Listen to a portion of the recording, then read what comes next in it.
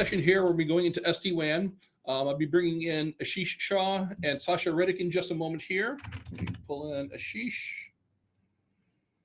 And Sasha will just be following along on the chat to answer questions, kind of like we were trying to do today. But Ashish, I'll go ahead and let everything be handed off to you. I'm going to go ahead and stop sharing. And the show is yours, sir. Yep, good morning. Actually, Sasha is also likely going to be presenting, so we may have to add him too. Ah, absolutely, no worries. Thank you. Yep. All right, share my screen.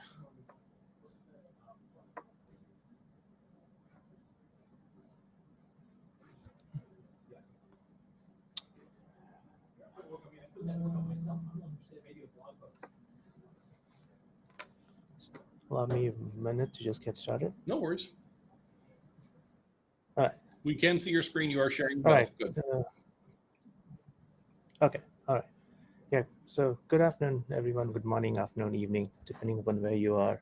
So this is going to be a session on NG Firewall SD-WAN, which is in other words, it's also called as PAN-OS SD-WAN. So this is not the Prisma SD-WAN. So this is a natively integrated PAN-OS SD-WAN solution that we have on PAN-OS NG firewalls, right?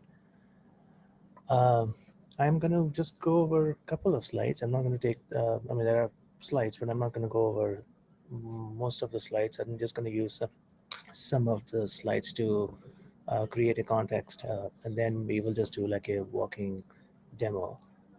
There's at least 2 or 3 different demos that we plan to present. One is a simple, how do you quickly bring up an SD-WAN fabric or an onboarded device to an existing SD-WAN fabric. We also have a management platform called Strata Cloud Manager in addition to Panorama. So we will also do a quick demo on what does a configuration look like if you're deploying SD-WAN through Strata Cloud Manager, right? And then we also have a couple of other use case driven demos that Sasha is going to do. Specifically is going to do one, which is how do we integrate PAN-OS SD-WAN on-prem with our Prisma Access solution. So if you want to leverage Prisma Access as your hub, that's an option for you. So let's think those would be the typical 3 demos that we're going to do. All right, so let's get started. All right, let me put this in slideshow. So what we typically see, why we are seeing more and more customers are actually adapting PAN-OS SD-WAN now, primarily because they are either already an existing NG firewall customer, in which case it's a no-brainer and becomes way easier for them to just enable or I should say not enable, but I should say start leveraging SD-WAN feature on the NG firewall itself, right? And then the second use case is obviously an on-prem security, right? So wherever you require security in addition to the SD-WAN, that's kind of where your PAN-OS SD-WAN would be a preferred solution because it's an integrated solution on the same PAN-OS NG firewall. So it's a single hardware, reduces your total cost of ownership, especially if you're also leveraging something called the Global Protect as a gateway on the same firewall. Because it's an NG firewall, we can also leverage the ZTNA principles with the complete zero trust principles to enforce the least privilege access. And it's a continuous security inspection and trust verification in addition to the SD-WAN. So it sort of helps simplify your SD-WAN deployment along with your NG firewall on the single box, right? On the bottom, from a management perspective, we have been supporting PAN-OS SD-WAN on Panorama for quite some time, right? So we leverage PAN-OS SD-WAN, we leverage Panorama for management. that gives us not just the centralized visibility for your application and link performance, but you could also leverage the same device groups and templates to scale your deployment, right? You could leverage zero-touch provisioning. If you're onboarding 500 or thousands of sites within your deployment, right? And especially for some of our customers and in more regulatory environment where they absolutely solution for event management, then Panorama is an option. Um, we also have Strata Cloud Manager now supports SD-WAN. If the regulatory or compliance requirement doesn't require you to have an on-prem Panorama solution for management, you could absolutely use Strata Cloud Manager to deploy SD-WAN. As of now, no, there are some feature limitation of what you could deploy through Strata Cloud Manager. So we would absolutely advise you to connect with your sales and account team, or reach out to us so that we could, verify what your use case is and what are the features that you need, where Strata Cloud Manager may or may not make sense, right? But no, so that's would be a decision factor, right? Uh, the the other advantage of PAN-OS SD-WAN on the NG firewall is it's also helps you with your optimized performance, right? Because we leverage the SD-WAN policies are per application per session based policies, right? So it gives you a very granular control of how you want to steer your traffic based on per application and based on your path metric. And we also work with QoS in addition to SD-WAN, if that's required, for your additional performance optimization, right? Um, uh, yeah. So this is a typical now two typical scenarios where 99% of our customers would leverage or deploy or implement PAN-OS SD-WAN. The one on the left being now it's a branch and your hub devices. Everything is on-prem. Now you could leverage the PA400s or any of the Palo Alto NG firewall models, including VM series or any other form factor for your branch. You could leverage all the threat subscription now that you're familiar with PAN-OS SD-WAN. Oh, sorry, with PAN-OS for like TNS, threat prevention, wildfire, URL filtering. It's a very strong use case for brand segmentation, east-west segmentation. We could leverage SSL decryption. Now the forward proxy that we just had a session, all those features you could leverage in addition to the SD-WAN, right? Uh, the, this topology also give you an option of doing a local internet breakout either through your SD-WAN branch, but it it's a choice, or you could backhaul all your traffic back to your SD-WAN hub for being an inspection at your hub and then out to the internet using your hub. So there is a flexibility for depending upon what your use case is. The one on the right is it's kind of like it's a hybrid solution where in addition to your brand segmentation or your brand security that you would require, if you have your data center, cloud data centers, or your application hosted in the cloud, we could leverage Prisma Access as one of the mechanism to onboard within your SD-WAN fabric, um, um, and use that for your no, not just for your SD-WAN, but for your security inspection option as well, right? So you could see between the one right sort of gives you a very full flexibility of how you want to deploy your PAN-OS SD-WAN. So Ashish had a couple of questions come in on the just- chat here. Would you like me to hold the Yes. questions till the end, or you would now be good? If it's related to this slide, yes, absolutely. Please go ahead. Okay, yeah. I'm actually not familiar with this icon in this context, or sorry, this acronym in this context. Henry is asking, is Is ion to ion DCI now available? So this is a PAN-OS SD-WAN implementation. So we're not talking about ION at all. So the ION discussion would be different for Prisma SD-WAN. Okay. Ernest is asking what is the difference between SD-WAN versus WAN load balancing? The WAN load balance is just another use case within the SD-WAN or PAN-OS SD-WAN. Okay, so it's a specific implementation of it. Okay, cool.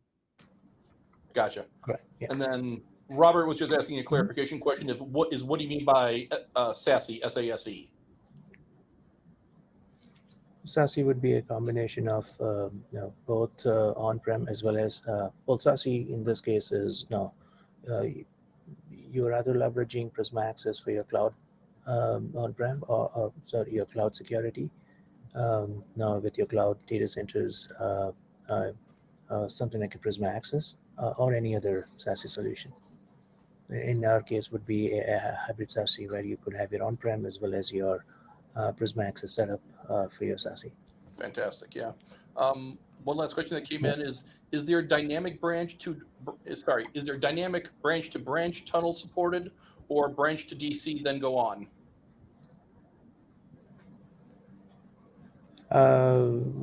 When you say dynamic branch to branch, the reference is for like a DMVPN sort of solution.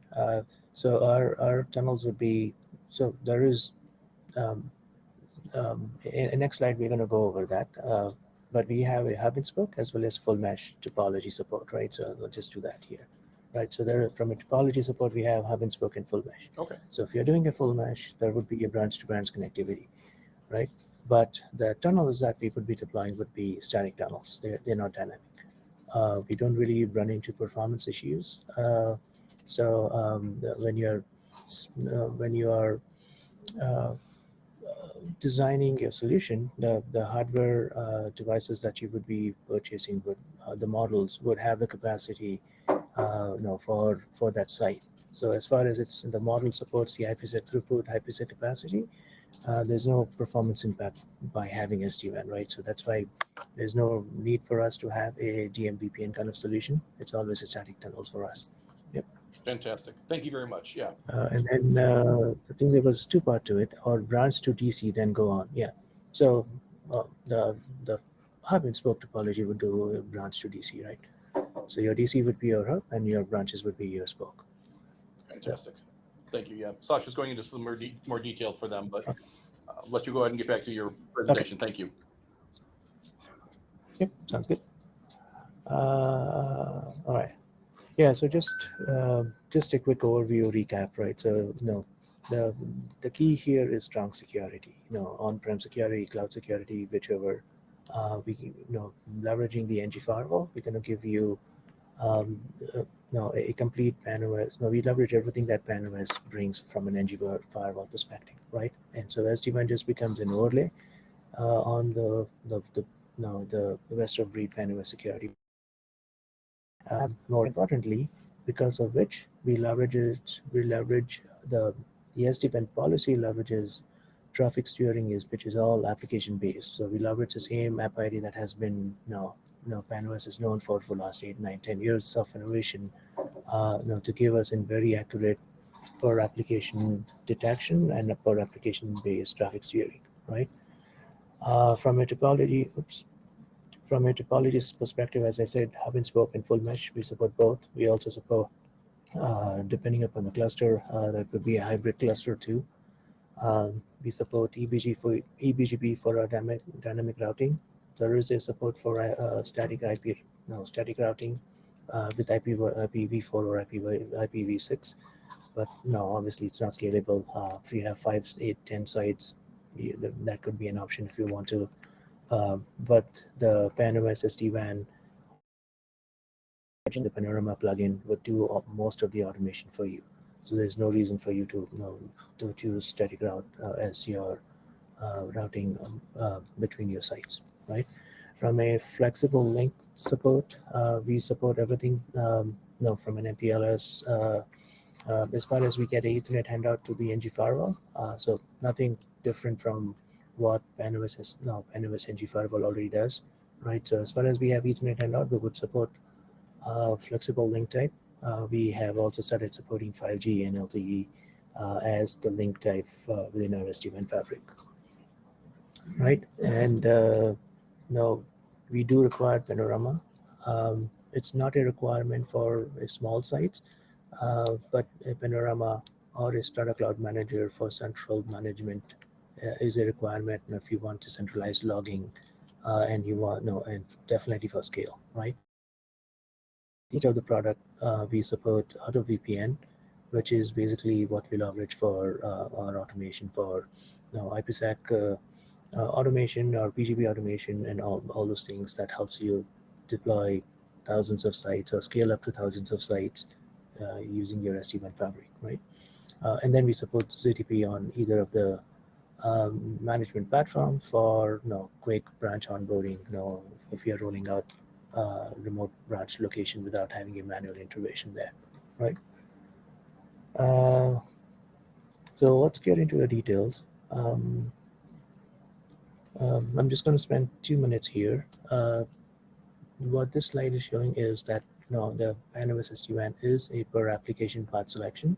So now we would look into the SD-WAN policies right after this, and you would see that all the SD-WAN policies are specific to per application policy, which would be, for instance, Netflix in this case, which is then routed over DSL. You could have an application for Zoom, which would do all DSL, LTE, or MPLS, or some other SAP or Oracle or other business critical traffic only using MPLS. So it is a per application path selection, right? We do collect path metrics and we leverage path metrics and path probing to determine which one is the better path, and that path probing is the path probing is run on each individual tunnels. So we would have multiple tunnels between your branch and your hub. So for instance, if you have, say, 2 ISPs in your branch, 2 ISPs on your hub, we sort of forming 2 times 2, which is 4 tunnels, right? And we would be running probes or path metrics to determine which is your better performing path or where is a brownout or blackout that happens, right? The metrics we use is latency, jitter, and loss. We are also adding bandwidth as an option in our next release. So you should start seeing latency, jitter, loss, and bandwidth as your path metric, right? And then the dynamic path change, which means if you started on, say, MPLS as your link 1, we would continue to be on MPLS as far as the path is performing good.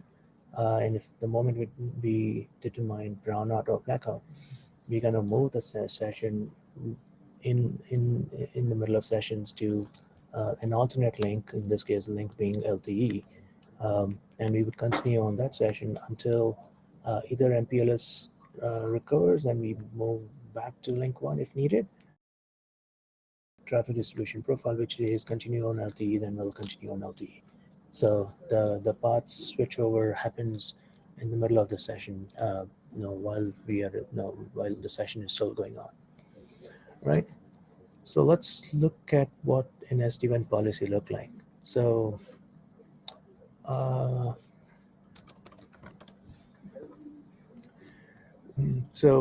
this is my topology. I'm going to quickly show you what the topology look like. So the topology we have has 2 remote office, remote 1 and remote 2, which is 2 branch offices, and I have two hubs, DC1 and DC2, which I will be leveraging them as the hub, right? And in the interest of time, we have already went ahead and did a quick setup for 2 DCs and 1 branch. We will onboard branch 2. Ashish, sorry to interrupt you there. Could you go ahead and go back into presentation mode, make it easier for people to see? Yes. Well, this is not a slide deck, so I don't know how do I present this. Okay, I can make it larger. I think that's the max I can go. Okay. I mean, the IP address is not relevant. I think the at a high level, what you need to understand is there's a topology with two DCs or two hubs and two branches, right? Each branch has about three ISPs, which has two ISPs or two, right? And then what we are leveraging here is we are leveraging Panorama in this setup, but we would also see the similar setup with Strata Cloud Manager, right? And I have already onboarded 3 sites.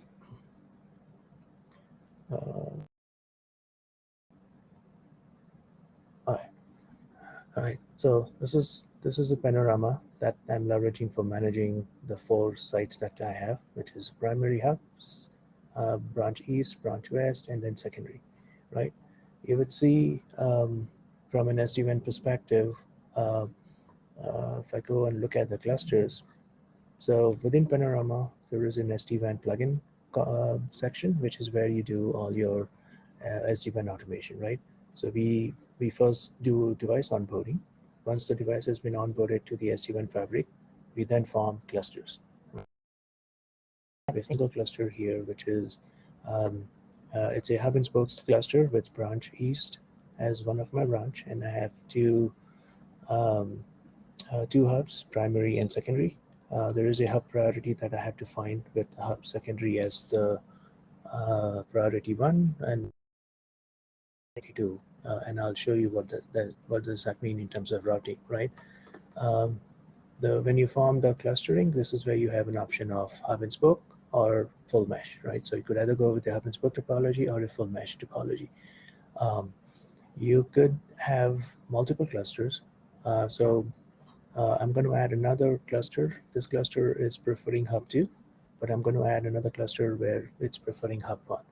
But before doing that, I'm going to onboard a device called branch west. So I'm going to go ahead and onboard a device called branch west. I'm going to call it a branch. I'm going to choose the router name default SD-WAN, and this is coming from the device group and template on Panorama. So hopefully you're familiar with the templates. This is where that configuration is coming from. If not, that's a larger discussion of how do you do device and templates with Panorama, right? Giving a site name, I'm just going to call it a site name as branch west, right? This is where you have your BGP options. You could either leverage BGP or you could just do static routing. I'm going to leverage BGP. So for BGP options, we need to enable router ID. So I'm just going to pick a router ID. I'm going to need a AS number 5004, right? I'm also going to need a loopback address, which is could be the same as a router ID or it could be a different. And then there's an option of which routes you want to redistribute from your branch so that all the other branch and hubs knows which other prefixes or subnets that's behind your network. In this case, because it's a branch, I'm going to leave it as is because by default we advertise the connected routes as a part of the branch.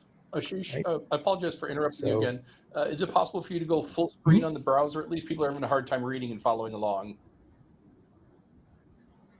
Should just be F11 maybe. Let's see. Where do you?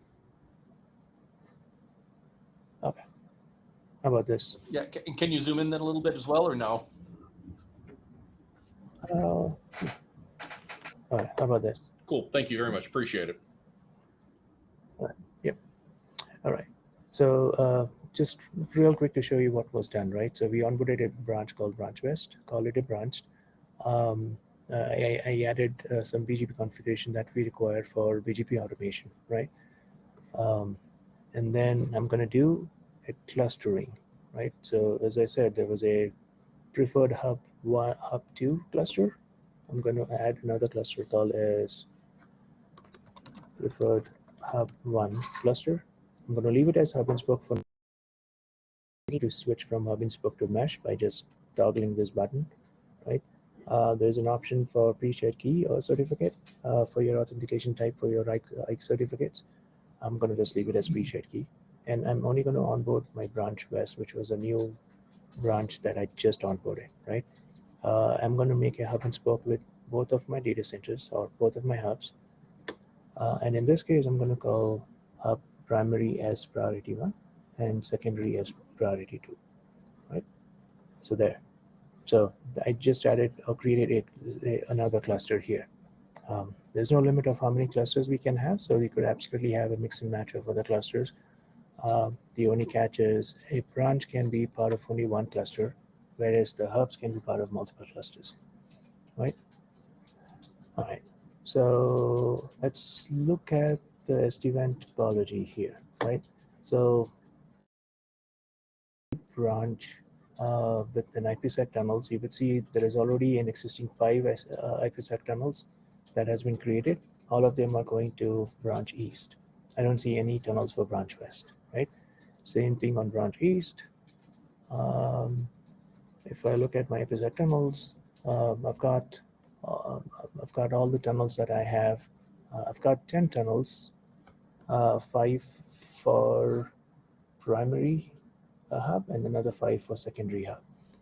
The reason we have 5 tunnels per hub is, if you remember from the topology, we have 2 broadband at each location and 1 private link, which is MPLS. So in the 2 broadband is going to give me 2 times 2, which is 4 tunnels, and then 1 private link is giving me 1 by 1, which is 5 tunnels. So that's why we have 5 tunnels between branch east and primary hub 1 and another 5 tunnels to primary hub 2, right?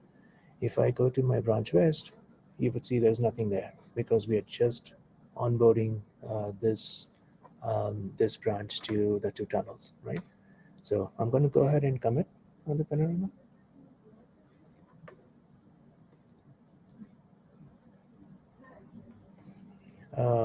While the commit is going through, let's look at some other things too, right? This is my branch, this is my secondary hub. Same thing. From an IPsec perspective, I've got the 5 tunnels to branch east. I don't have any tunnels to branch west because we haven't onboarded that yet, right? From an interface perspective, I have, these are again my 5 tunnels for my branch. Let me adjust this column here for my branch east, right? And then SD-WAN creates what we call as SD-WAN WIF. So there is a SD-WAN 901 WIF, which is used for your DAIA or direct internet traffic. But there is also an SD-WAN 905 WIF, which is between your branch and your hub. And as soon as, if I go to, say, virtual router and look at the BGP automation, you would also see I have a single BGP peering with my branches from my branch, from my secondary hub, right? As soon as the commit goes through, not here, this is,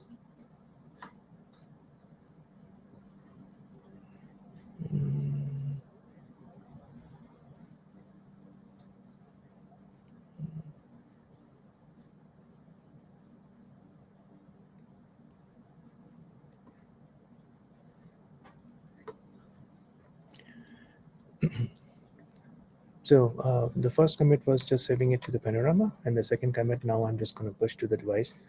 So if I go to my branch west, I should see a commit is coming through. And as soon as this commit comes through, you would see that we would be the SD-WAN automation would kick in. We're going to do BGP automation as well as IPsec automation, and we should have 5 tunnels created for from branch west to hub primary, and another 5 tunnels from branch west to my hub secondary. Are there any questions while I wait for the commit to go through? We did have a couple questions come through. Any plans to make the SD-WAN plugin create an actual panorama template so manual changes to BGP route configuration is possible? Yes, it's on our roadmap, and we are considering working on through it. Yes. Okay, fantastic. So you should. Sorry, go ahead. Right now, the SD-WAN plugin push the configuration through the plugin to the devices, and there's no way those configurations are visible within Panorama templates, but we're working on bringing on that as a read-only option to the Panorama templates. Yes. Fantastic. Yeah. Right. So my commit went through. If I refresh, those are my tunnels, and my tunnels are all green, so the tunnels are up. So again, you would see now I have the first 5 is going to my primary hub, and then the second 5 tunnels are going to my secondary hub. So we now, just in a matter of a few minutes, we onboarded a device as a branch, added it to the SD-WAN fabric, and now I have a hub and spoke from that branch to the 2 hubs. Right. If I refresh this and look at it again, my BGP automation should now have 2 peers, one to branch east and one to branch west. And this is where, and the status is established. So this is where the routing automation would kick in, right? So if I go to my summary route, just to quickly look at it, I have my default route with a metric of 5 that's going out through SD-WAN 901 interface. So this is for my DIA traffic, right? And then I have my SD-WAN 905, which is my SD-WAN channel, SD-WAN WIF for branch east, right? And then this is the branch west. So this is where the BGP automation comes in. So the routes have been propagated to each site. Let's also look at the policies, right? So SD-WAN policy, right? So this is again device group and templates within Panorama. The device group would have SD-WAN policies. You would see the SD-WAN policies are very application specific, right? So I have an application specific policy here for iPerf. I have another one for YouTube. It should be YouTube, but there's a typo here.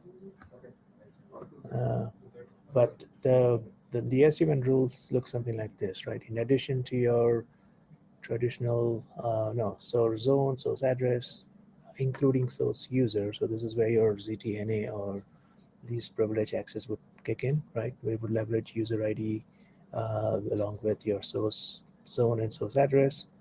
You have your destination zone and destination address, but this is where the application kicks in, right? So in this case, the application is YouTube. I could have any other application, so Facebook. No, it's not just Facebook, but it's all the tiny little sub application that's within Facebook, right? Facebook Mail, Facebook App, Facebook Chat, I believe, or Oracle. Sorry.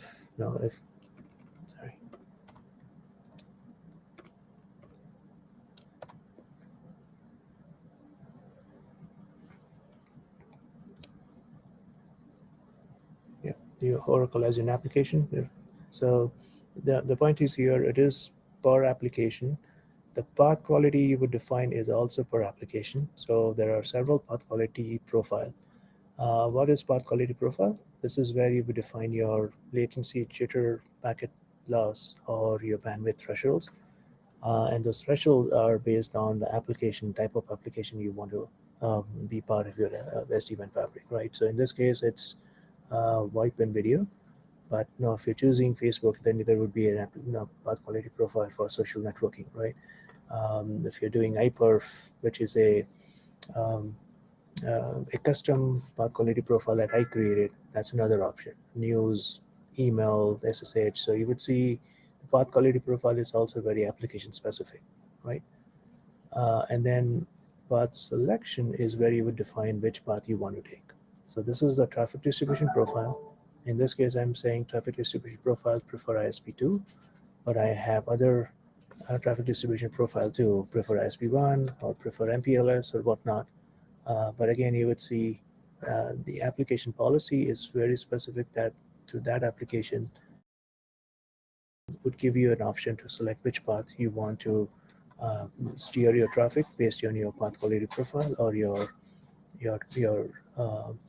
path probing, right? All right. Okay, what else did I wanted to show you? So those are the two hubs. I think yep, the commit went through. We have all the tunnels gone here. This is my branch west. From my tunnels SD-WAN WIF perspective, you would see I have three SD-WAN WIF. One is the SD-WAN 901 WIF, which is our WIF that we leverage for our DIA traffic. So all your SaaS traffic, all your direct internet app bound local internet record would choose this WIF. And this WIF has 1, 2, and 3 interfaces, which are the three ISPs we have, right? Primary ISP1, ISP2, and an MPLS, right?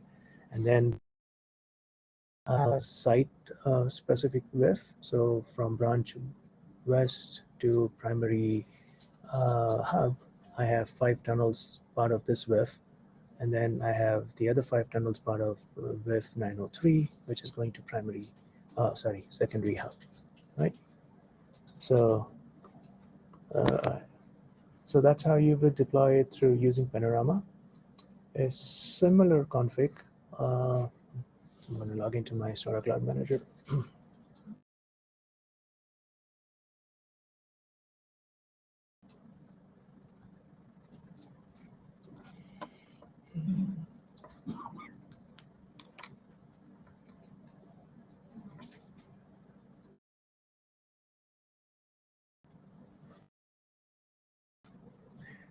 So a similar configuration using Strata Cloud Manager, right? So from a monitoring perspective, there is the SD-WAN Firewall SD-WAN dashboard. You would see there are application health, link health, I know how many apps I have, 2 apps are impacted, right? I have 11 links which had warning, but none of them as critical, right? One of my top 5 impacted application in this case is FTP. This is probably an internal application that we have, right? And then these are the links that we have, top 5 worst link that we have, right? And then it shows you a high level of the clustering option, dashboard of how all my clusters are behaving. From a configuration perspective, if I go to manage and configuration, NG firewall, Prisma access,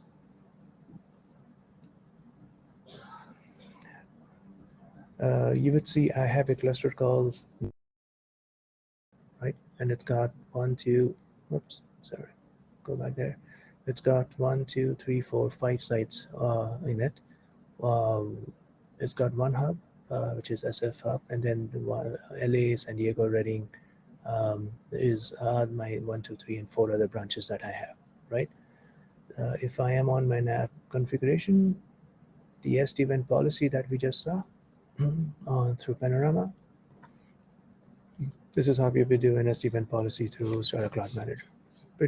Very similar, right? It's all application based. There is a SD-WAN policy per application. So in this case, it's web, FTP, SCP, internal apps. So you could also group them into a bunch of apps that you have that you would define as your internal apps, internal video apps, and then all other applications not part of the other applications you identified, right? Global auto VPN. This is where you would do your clustering, right? So you have your VPN cluster, and I have one cluster called North America. Now it's got one hub and 1, 2, and 3 branches. I can onboard another branch here if I choose to. In this case, it is leveraging LR or advanced routing engine using LR instead of the VR that we just saw through Panorama. So it shows you we have both the options, depending upon which routing mode you want to go with, right? So if I go back to cluster and look at the monitoring, you would see the clustering. The cluster is up. It's partially up. If I update my status, it's going to show you, I have 30 IPsec tunnels, that's up, 30 a few tunnels that's up and down. I can drill down and try and figure out what's going on. Most likely one of my interfaces is probably powered off, but it shows you the cluster has been deployed. So those are the two management options we have for SD-WAN. One is leveraging Panorama, and another one is leveraging Strata Cloud Manager, right? All right. That's all I had. I'm going to pass it on to Sasha to do a quick demo on our Prisma Access setup. So, Sasha, whenever you're ready. Sounds good. Thanks, Ashish. Sorry, just catching up on some questions here, and I'll share my screen as well. I can do it while you are sharing yours, it looks like. Yeah. Mm-hmm. Good. Right. Let's see here.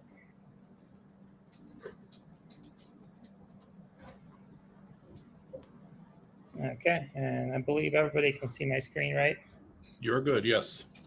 Yep, I can. Perfect. So thanks for the demo of the full functionality, Ashish. So the last thing I just wanted to add here was basically using the SD-WAN plugin, which is our orchestration tool for SD-WAN overlay, right? We can use that same plugin to basically onboard any of our branch devices to Prisma Access.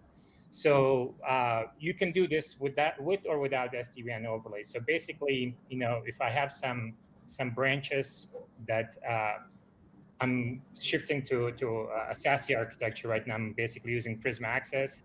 I can actually use the SD-WAN plugin to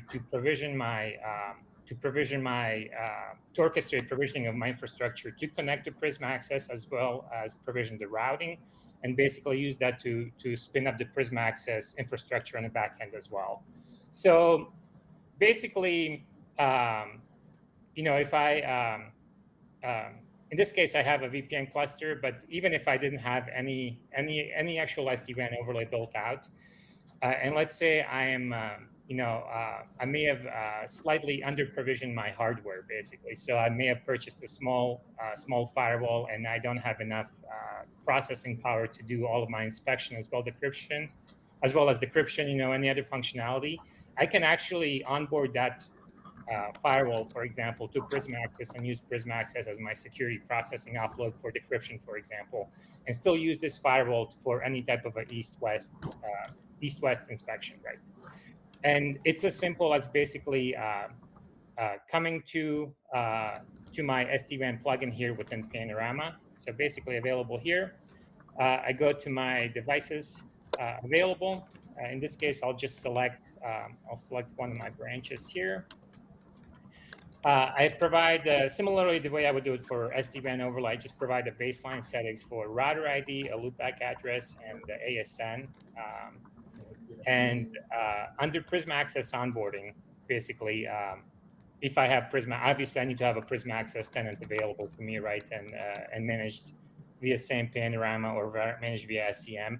But in this case, I can go to any of my SD-WAN enabled interfaces. In this case, I have one ETH1.1 and ETH1.2. I select my Prisma Access tenant, right? So if I have just a single tenant, I will have a default tenant available. If I have any subtenants, they will also be listed here. And in this case, basically, I can select a region to add this device to. So any regions that have Prisma Access available bandwidth assigned to it will be available here, right? I select whichever region I'd like to onboard it. And then based on how much bandwidth I have assigned to each region, I may have multiple IPsec termination nodes here. I basically, have some BGP settings. By default, we want to have this enabled. And this would be usually the normal settings. We would leave this. We can modify these depending on our use case scenarios. And we assign a specific link tag, something that we don't use for SD-WAN overlay internally, but we basically assign a specific link tag to Prisma Access configuration. And we can actually use this link tag within the SD-WAN policies to offload traffic to Prisma Access. So once I provision this this configuration here and actually enable it here, right? So I go ahead and commit this, click OK. In this case, since I already have it, I'll just click cancel. But basically, once I enable this here, this will actually, on the same Panorama, right, or SCM, this will actually go, in this case, I'll just hop quickly to the service or cloud services plugin here, which is my Prisma Access Management. That tenant will actually go and automatically provision onboarding to Prisma Access for you, as well as orchestrated provisioning of Prisma Access backend infrastructure, right? So wherever you have assigned end bandwidth, if it's a new remote network security processing node, it will actually go and spin it up within Prisma Access and provision all the necessary configuration in Prisma Access portion. And then once it does that, you basically once that portion is provisioned, which you can see within the status page of the cloud services plugin, right? So pushing to remote networks, you would see a commit pending here. Not sure what my error is. I think I have a couple of down tunnels, but basically you would see the commit status here, right? Once that is provisioned, you actually can just go back to the same device and basically sync it to Prisma Access, right? So do this feature here. Once you sync it, this will actually commit the change to the firewall that you've onboarded to Prisma Access. And then at that point, you have the capability of using the same SD-WAN policies that you use for SD-WAN overlay flow controls. You basically have the capability of using those same policies to offload traffic to Prisma Access, right, in the same fashion. Just from the functionality perspective, Ashish showed this, right? So this is kind of a provisioning of the tunnels that happens via the SD-WAN plugin. And in this case, you can see the last tunnel here is my provisioning to Prisma Access, which also gets built manually. So that includes IPsec tunnel and obviously iGateway in this case. And then the SD-WAN plugin also does all the provisioning of the routing overlay for you, right? So it'll basically create a peer group. In this case, you saw it was a US Central region I was onboarding to, right? It'll create some import and export rules specific to those peers, and it will create the Redis rules by default. So basically, it similarly to what the plugin does for SD-WAN orchestration and provisioning, it will actually do the exact same thing for any type of Prisma Access onboarding, right? And again, this could be use case for any type of hybrid SASE architecture where you may have some stuff that only needs connectivity to Prisma Access and can use Prisma Access to connect to the rest of the infrastructure. And then you have, sites that are still part of the SD-WAN overlay.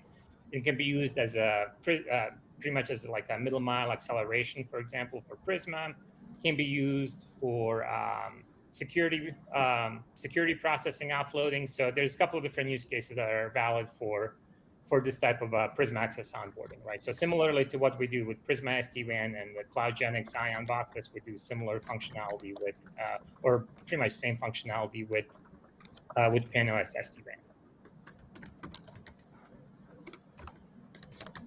So that's pretty much most of the stuff I have. If there's any questions, we can touch up on those now. Got a question from John Joe. So the onboarding will need the template stack created prior, question mark? So functionality wise, if you have a firewall already managed within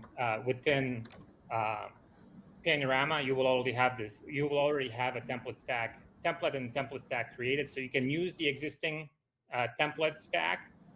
Obviously, if it's a new device you're adding to Panorama, you can, you would have to create a template and template stack in order to have that device managed via Panorama. All right, fantastic. Yeah, it looks like while you were talking, the questions that came in, Ashish was taking care of them. You two did an absolutely amazing job answering questions for each other as everything was going in.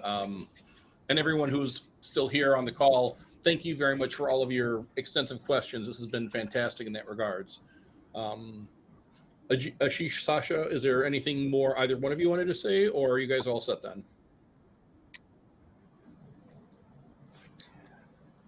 The only thing I wanted to add, and we get this question quite a bit, and I thought I will probably address this here, is there are concerns in the field that with Prisma SD-WAN is PAN-OS SD-WAN.